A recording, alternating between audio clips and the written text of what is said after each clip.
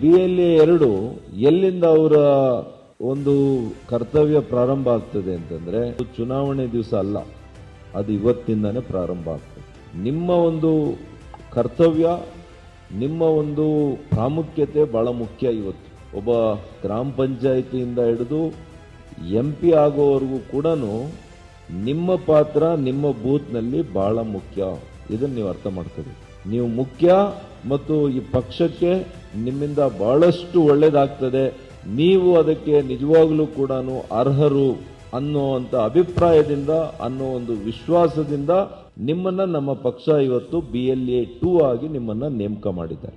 ನೇಮಕ ಆಗಿರ್ತಕ್ಕಂಥ ಎಲ್ಲ BLA 2 ರವರಿಗೆ ನಾನು ಪಕ್ಷದ ವತಿಯಿಂದ ಹಾರ್ದಿಕ ಶುಭಾಶಯಗಳನ್ನು ತಿಳಿಸಲಿಕ್ಕೆ ಬಯಸ್ತೇನೆ.